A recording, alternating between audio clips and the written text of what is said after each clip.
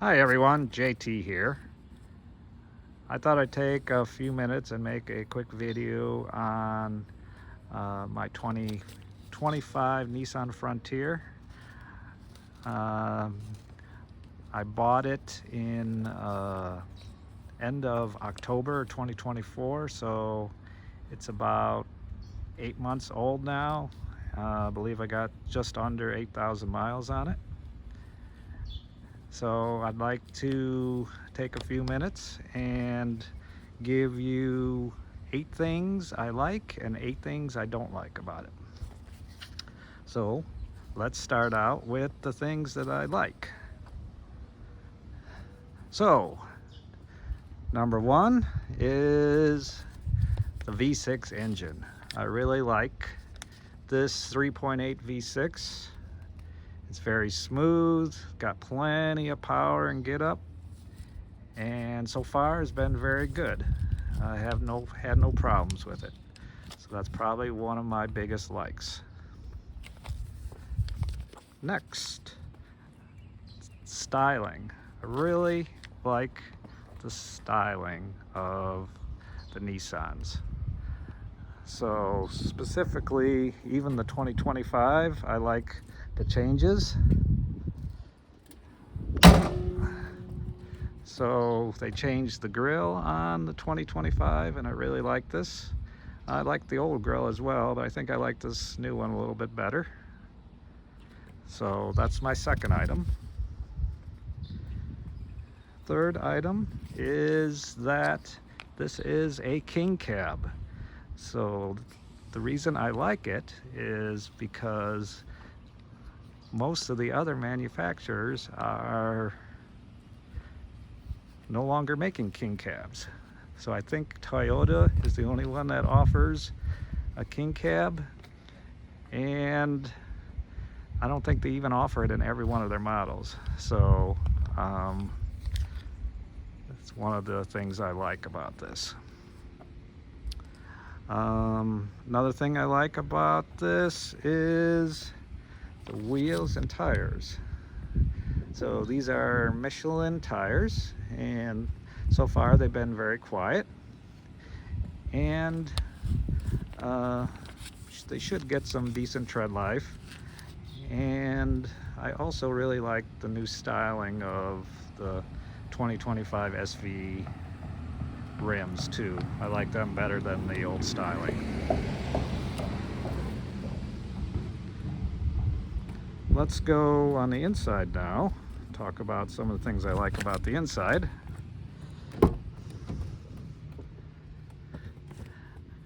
So probably one of the biggest things I like about the inside is the seats. So when I first got it, wasn't crazy about the styling of the seats, and I think I actually probably liked the styling of the seats on my old Frontier better. I had a 2020 or 2013 Frontier, and I liked the styling on those, but they were not comfortable at all. On this 2025, these seats are very comfortable, and I've taken it on a long trip, close to 300 miles, and didn't have any problems with any back pain or anything. If I would go much more than an hour on my old one, I'd get some pretty bad back pain. So it's one thing I really like about the interior. The next thing is I really like the steering wheel. So it's the wrap around the steering wheel is very comfortable, and it's I just like the hand position you can have on the steering wheel, and the grip on it is the diameter of the wheel is nice. It's not real thin, it's not too big, so it just fits my hands really well. Going along with the seats and the steering wheel, I really like the heated seats and the heated steering wheel. So my SV has options down here for heated seats and heated steering wheel, and I drove this I bought this in end of October, so I was able to use it all last winter here in Missouri, and They were very nice to use in the winter, so really enjoyed those. Last one of my likes is the touchscreen. So the 2025 has got this new larger touchscreen, and it's been very responsive and it's been very clear. Let me start it up.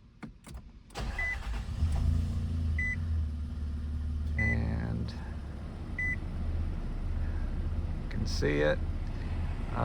This also does have wireless CarPlay. I'm not sure if the older models had that, but just hooks right into CarPlay automatically without having to plug it in. So, like I said, it's very clear, very responsive, and no real issues with it. I'm going to shut this off because it's a little noisy here. Alright, so that was the end of my dislikes, or likes. Now let's go into the dislikes. So, while I'm here in the interior, one of the things I dislike is the wind noise. So when driving down the road, if outside the wind is pretty calm, it's pretty quiet here in the vehicle. But if there's any wind outside, like if it's blowing 15-20 miles per hour, it gets pretty noisy in here, especially if you're going in a headwind. I also got some issue where I'm getting some type of whistling noise from, sounds like the front windshield up in the passenger area. So I think I'm gonna have to take it in and figure out why I'm getting that whistling noise. It might just be a leak in the windshield. Okay, another thing I don't like is the backup camera. So the backup camera works fine, but it is not very clear, and especially at night it is very poor, very granular. It's almost worthless at night, so that's one of the things I don't like. Another thing I don't like is the automatic climate control system. So for some reason, I've had these on other vehicles. I've had the automatic climate control on my 2013, and I have it on a car that I have. And even with automatic climate control, you were able to turn air conditioner on or off and still let it run in automatic mode. On this vehicle, you cannot do that. Even though there's an AC button on it, it doesn't do anything when it's in automatic.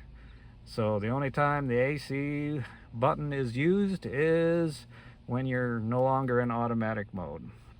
So this is not too big of a pain most of the time, but especially those times of year when it's not too hot to the point where you think you need air conditioning and you just want to run the outside air, it can be frustrating because it'll turn on the AC in those cases.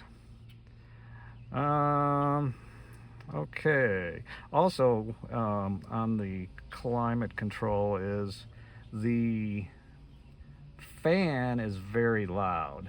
So I'm not sure if that has anything to do with the new redesign, but if you see these new vents, when they made the screen bigger, they made these vents smaller. So I'm not sure if now, since the vents are smaller, it's trying to blow more air through a smaller vent, making more noise, but it's really pretty noticeable, especially if it's higher than level 3 on the fan. So that's another one of my dislikes. Another one is the cruise control. So the cruise control is very sensitive, especially when going up even the slightest hill with the cruise on, it'll want to downshift. And I've read that this has been there on some of the older models, but it's been noted before by others. I think it was actually worse and they made some corrections, but it's still noticeable that it will do a lot of downshifting if you have it on cruise control. All right, so let's go on the outside now. So another one of my dislikes is with the Utilitrack. So I bought the option with the Utilitrack, and you can see I have it here on the top side of the bed, but it is no longer in the bottom of the bed. So my 2013 had them in the bottom of the bed along with the side, and I actually used them more in the bottom of the bed than on the side of the bed, especially when you have a load that's not too tall. So it's not very useful when they're up that high. So that's one of my dislikes. All right, so the other ones, probably my biggest dislike on this is the automatic transmission. So in normal highway driving, I don't have too much trouble, but driving around the city, I do not like it.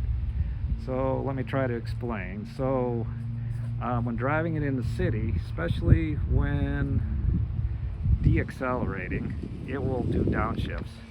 And when it downshifts, the downshifts are very noticeable, that it almost feels like the vehicle is transmission braking.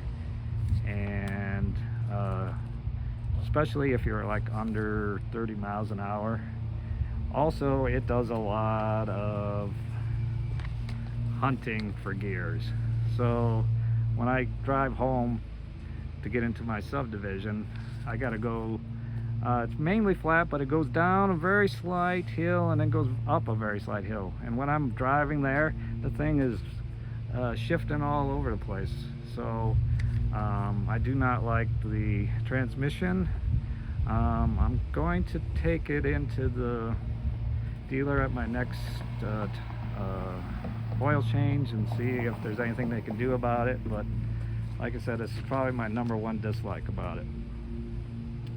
And finally, and I'm not sure if this has anything to do with the transmission as well, is I do not like the brakes on this. So when driving on normal highway, they seem to be fine, but when trying to come to a complete stop, they are very hard to come to a smooth complete stop. And I think, like I said, it has to do with the transmission downshifting at the same time. A lot of times you don't even have to use the brake because the downshifting slows you down so much by itself without even hitting the brake. So when trying to come to a complete stop, every time it downshifts, it feels like it's slowing it down a lot. So then you kind of have to be smooth. You have to try to let off the brake and to account for those downshifts, and it's just really hard to come to a smooth downshift. Also, sometimes when you come to a complete stop, it feels like the transmission is still trying to make the car go, and the brakes are trying to hold it back, so it seems like they're fighting one another for some reason. So that is my biggest dislike about this. So there you go. Those are my 8 things I like and 8 things I dislike. Oh wait, one other thing is the headlights. So this is probably my second biggest dislike, is the headlights. So they are not very good in my opinion. These are not the LEDs, these are the standard ones, so they just aren't very bright. I tried to get some better bulbs for these. They're not LED bulbs, but some regular bulbs, and they're still not very good. So I might end up upgrading to LEDs, but we'll see when I need to replace the bulbs. So there you go. There's my list of things I like and dislike about it. If you got any comments, leave them here in the video. Thanks.